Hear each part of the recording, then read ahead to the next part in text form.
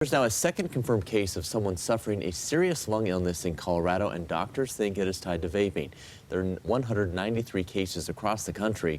Our Michael Abeyta live tonight in Denver. Michael, we've been reporting Colorado has a really large number of teens who vape. Dominic, it's considered an epidemic here in Colorado, children and teens vaping, and now doctors are finding evidence of what they've always suspected, that vaping isn't as healthy as some have claimed it is. It is clear that there are dangers associated with vaping. This is a chemistry experiment that you're inhaling. Once touted by manufacturers as a safe alternative to smoking, vaping is making people sick.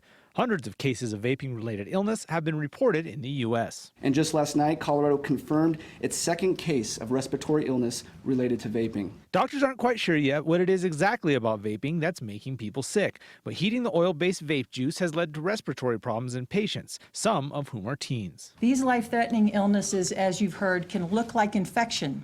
Kids can start coughing, they can feel bad, they can have chest pain.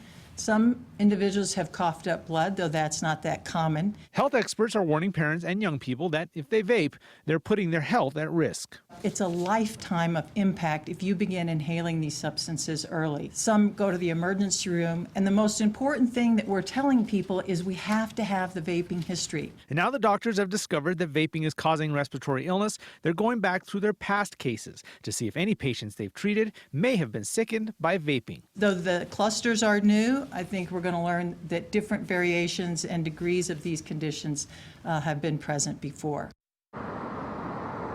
Now, if you think you're safe because you only vape cannabis products and not nicotine products, well, I've got some bad news for you. Doctors say the patients that they've seen have been using cannabis and nicotine products. Now, if you vape or your child vapes and they start to feel sick and get any of those symptoms that were listed in the story, you should see a doctor immediately.